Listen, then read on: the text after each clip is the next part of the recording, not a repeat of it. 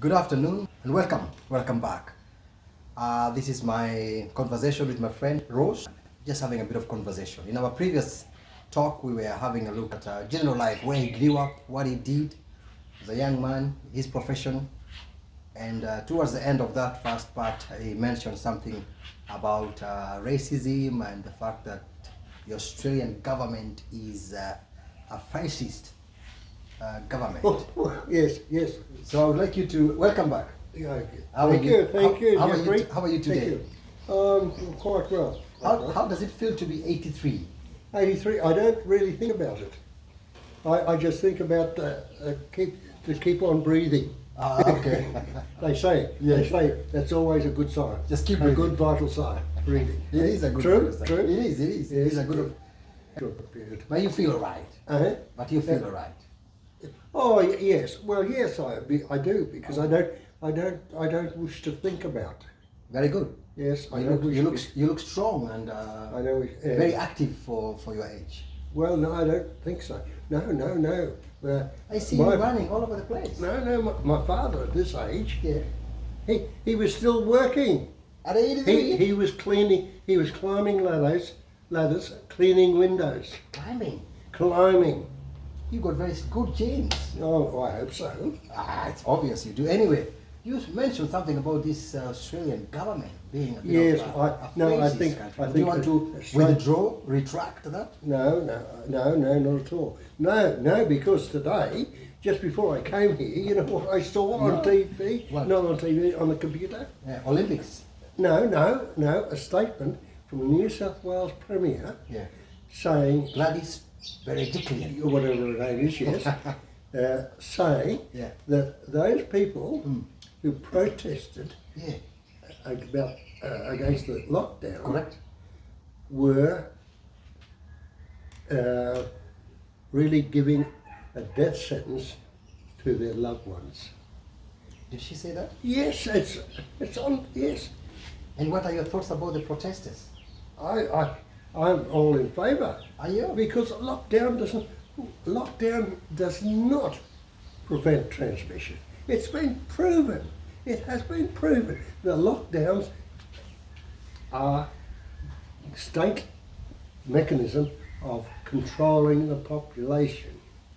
How does that control population by putting people Because in a lockdown? getting the population Population is about compliant, getting them to say yes, no sir, 3 bags full sir, to get the population to do what the state wants without question. And that, in your opinion, Yes, is an aspect of lockdown is fascism. one part of that. Okay. Wearing masks, Yeah. another part. Yeah. Mask wearing is absolutely useless. But before COVID, what were the other aspects that you'd say were fascist in nature? Well, it's. I can't think of anything. I think it's been sort of exacerbated by the COVID. advent. Yes. Of the COVID. Yes, I think it's been deliberate. This is a deliberate ploy. This is not something. The authorities have been planning this. Planning what? COVID. What do you mean by authorities? They have run simulations long before COVID actually emerged. So are you insinuating that COVID-19, the SARS, is not real? It's not real. No. Is that what you're saying? Yes. You're a scientist. Eh? You're a scientist. I know. Well, you, as I told you before, no medical. I should have brought it over here. I sent an email to a professor who's the expert in PCR, right, for doing these tests. Yeah. You know, I said because he had written a paper, and in the abstract of the paper, he said that SARS causes COVID. So I sent an email to him saying, could you please supply me with the references that show or demonstrate unequivocally, without question, that SARS causes COVID. And did he? No. You know what he replied? He said, oh yeah, I got the full text of your email, but he said, SARS has been isolated and purified. I didn't ask for that. I asked for Evidence. of animal studies, of experimental studies showing that that SARS causes COVID, and he did not supply. I sent a second email detailing precisely what I wanted. He never replied. I sent an email to your Chief Medical Officer. Okay. Yes. But he knew. He's a new man. The new one, okay. I think he's a new man. Oh, yeah. He came in. That's right, I don't know what happened to the old one. He just resigned. I don't know if he retired or... Yeah. All right. Anyway, this is pretty sensitive subject in terms of whether or not the virus exists. I don't think it's in our purview to even discuss it. What do you think? I don't think it's in our place to even talk about it. Yeah. But that's part of the fashion. Yeah. But the lockdown, the protest was really full on. Lots of people protested. They didn't want to be locked. Well, not as many as in the UK. Yeah. Where they had tens of thousands, hundreds of thousands. Yeah. But here, only a handful really. What are your thoughts about vaccines, the vaccination? Hmm? What are your thoughts about the COVID vaccine? I don't. Pfizer.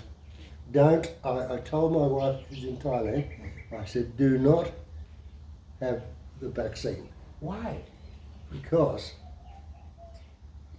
it's a toxin, it's a poison. Oh, yes it is. I'm gonna leave that at that. All right, okay.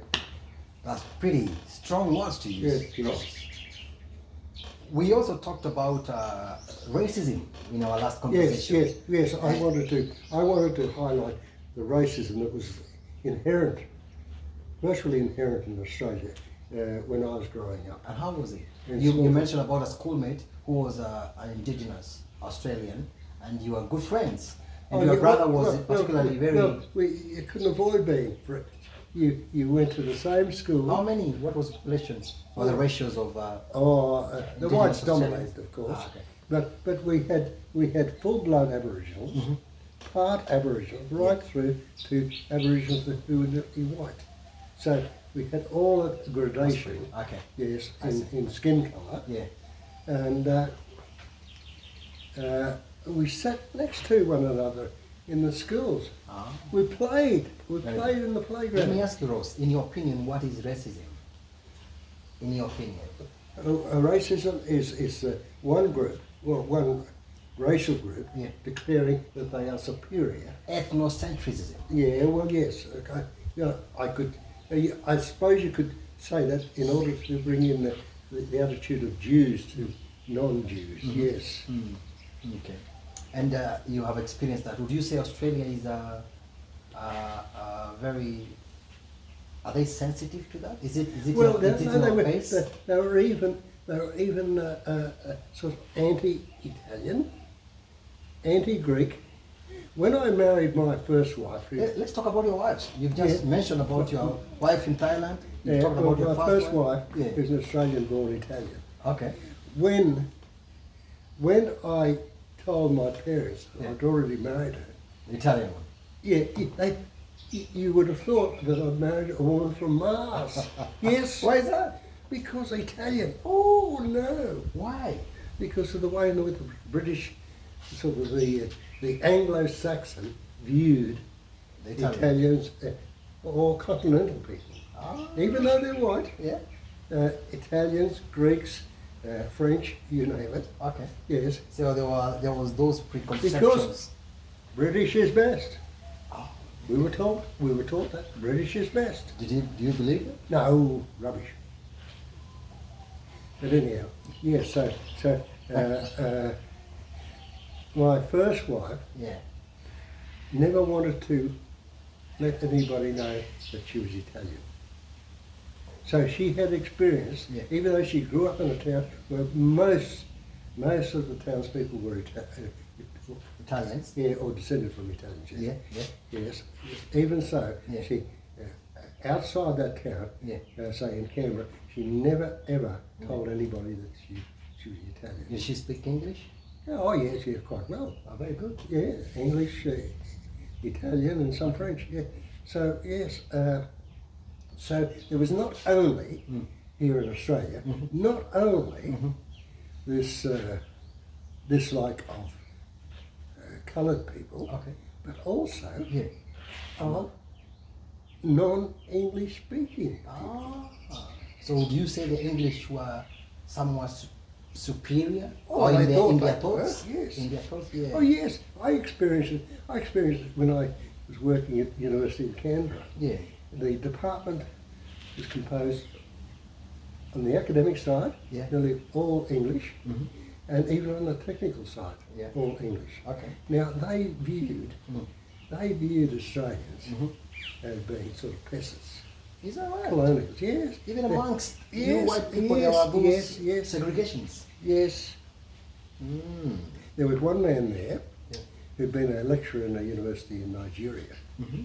So what year was this? When was this? Oh, this Around? is 1960, the 1960s. Oh, that's a fair bit of time away. Yeah. Okay. And he regarded Australian students as worse than the Nigerian students. Really? Yes. And he expressed that. He said, I thought you got your education mainly from the British system. yeah, well, the Nigerians did. So did the Australians. Yes, no. That wasn't. Maybe that was just an isolated case. No. Of such prejudice. Just the attitude they had. You feel it. Yeah. As you know, you feel it. Yeah. So that was the 60s. What do you think is the situation now? Oh, different. Quite different. Oh, Much better. Because Australians have got out and they've explored the world. Very good. Very good. Wonderful. So how many times have you been married? 5. Why? I'm on my 5th one. You're on your 5th marriage? Because of my mission statement. Now I'm half joking. My mission statement is to bring joy and happiness into the hearts of as many women as possible. Do you think that's fair enough? I think that's fair enough. And you're doing very well. Would you join my mission statement? I think I would buy the thought. You would think about it. I would think about it. Yes. Yeah. Okay. Fair enough. And I think that's a good one. Yes. But I wish to ask you, young man. Okay. I'm curious about your passage from Kenya to Australia. Your passage out of Africa into Australia. What sort of drove you or stimulated you to come to? That's a good question. I wouldn't call it a passage as such, but probably why I moved from my country to Australia. It's a long story, but I'm just going to summarize it. I have always, since I was a teenager, wanted to come to Australia. Oh, why? There was this program I used to watch on TV called Home and Away. Oh! Our national, every time I say this, people react like that. I didn't know, I don't know why it wasn't as popular as I thought it was here. But anyway, when I was growing up back in Kenya, I would come from school and I would watch this program, and I thought those people were so lovely. So there was Home and Away, and there was another one. There was two. There was another one. What was it called? Home and Away, and is it? I can't remember. I can't remember the other one. But Home and Away in particular really inspired me. I felt that the cast, the people who were doing that, were such lovely people. They were so considerate, and I told myself, when I grow and I get an opportunity to leave my country, I would want to go to this country. So that was when the interest was born in me. Then I went to school, went to college, did my nursing, and then. Why did you do that? Initially, why did you select nursing rather than other things? Yes, this was because I took my younger sister one morning to have her tooth extracted. Yes. She had slept the whole night in tears, crying, and she was very sore. So this morning I took her to one of the local hospitals to have her tooth extracted. Yes. When we got to the hospital, the nurses who were on duty that morning were very rude, very rude. There were lots of us as patients and relatives in the waiting area. But this particular nurse was really arrogant. She talked down on patients and she was screaming, and she came across as very proud and very arrogant person. So I wondered what was A this so male, special. She was a lady. A lady A nurse. lady, yeah. Oh. And I wondered what was this that made her so arrogant? What made her so special? And she did not know that we did not sleep. This young girl cried the whole night. And I felt that was really not the right way to treat people. So I said I will go into this profession with the objective of changing that. So that is why I wanted to be that. But besides that, I initially wanted to become an agricultural officer. Oh, yeah. And at some point I wanted to be a pastor. A what? A pastor. Oh, pastor. Or a church minister. Yeah. So I dropped those two and I pursued nursing. Yeah. Why did you drop those two? Because of this you reason. Yeah. So when I went to college, like I told you earlier, I told you about how I got. How common is that support system in the communities in Africa? The community coming up together to raise money to send children and people to school. It is very common. Kenya is a very communal. No, I think most African cultures are like that. Very communal. So if there's a problem, people come together, they raise money and they send kids to school. I think it's very good. That's something we haven't got here. Yeah, I wonder why. Because of the nuclear family. You're not very communal. Mum and dad and the kids just operate as a unit, sort of, without much interaction with others. Because generally your relatives are not in the same town I see. or the same region. They could be in an interstate, overseas. Yes. And I think you also have a very bad. Is it a bad culture? You don't even say hello a lot to your neighbors. You're not very interactive. You're very confined to your own roof and surrounding. As opposed to in Africa, we say hello to everyone. We are very communal. People talk a lot. They say hello to a lot. You have like a wedding and everyone comes for the wedding. But you guys, but in Australia, you are very segmented. That may have been the case in Australia, judging from what my parents said. When they were young, that I think it was more communal, far more communal, say, 100 years ago. Okay. But now, no. So what changed in your opinion? I don't know. I think 2 world wars certainly helped. Okay. Yeah. Depression, economic depression I see. in the 30s. Okay. And also probably influx of migrants. Native-born Australians, those have been here for a long period, I suppose became distrustful of foreigners. So they withdrew from the this is just my hypothesis. Yes, my theory.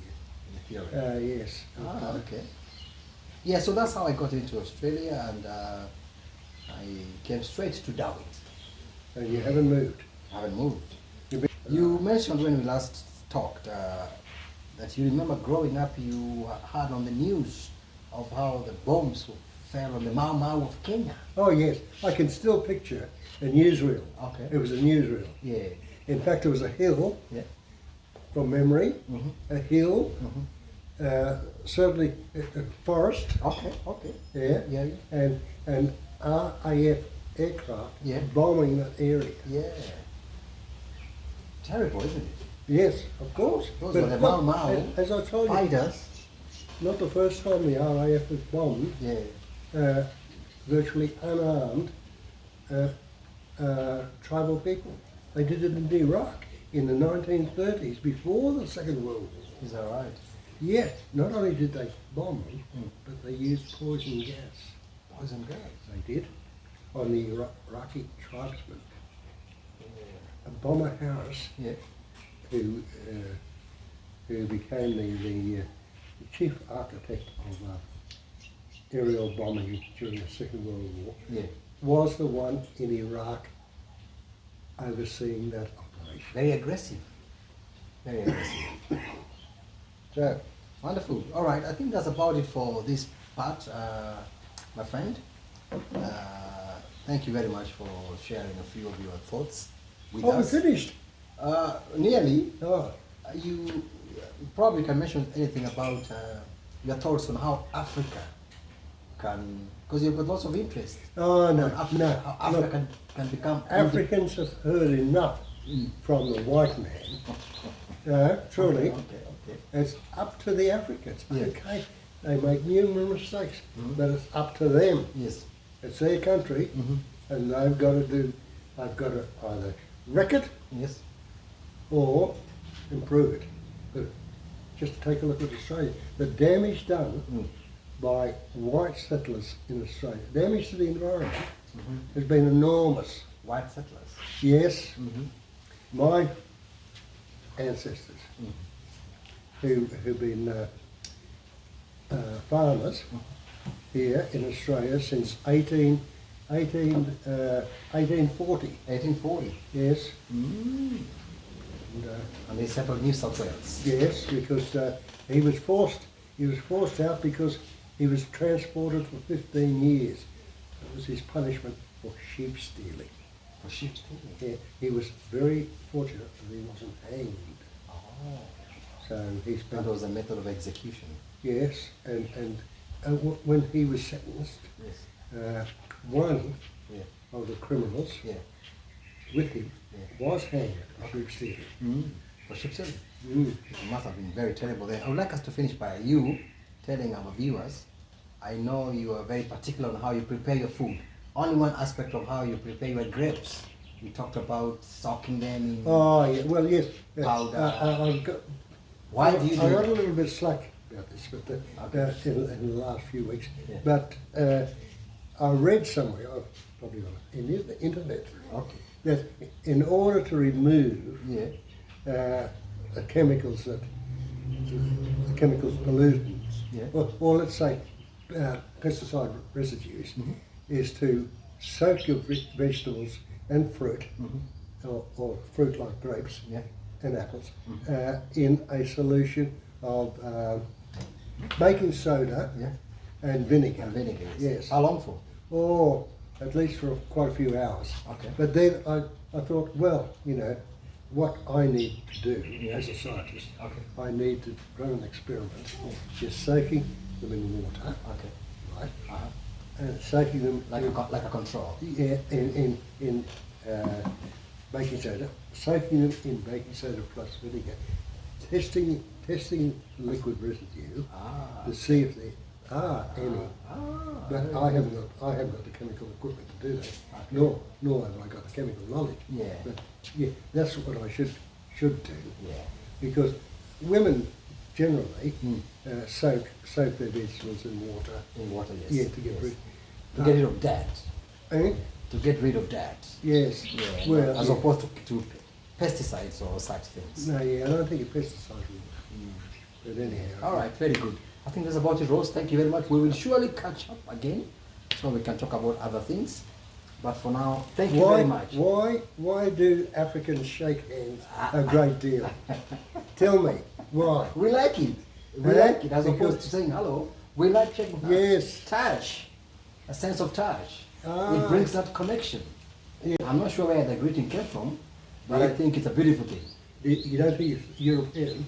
I don't know. Probably it's not a European thing. Europeans don't shake hands. They Oh, barely they- look at each other. they did. They They did? What happened? Oh, I don't know. I don't know. We love shaking hands in Yes, Africa. I know. It's I know. terrific. Some time ago, I used to catch the bus at the Acacia bus stop. Yeah. The Africans, many of them, because they were poorer, Okay. they didn't have cars. Okay. They caught the buses. Yeah. They always shaking hands. You see. I think we love doing that. All right. Tell my viewers bye-bye. Thank you. Yes. Bye-bye. Thank you for watching.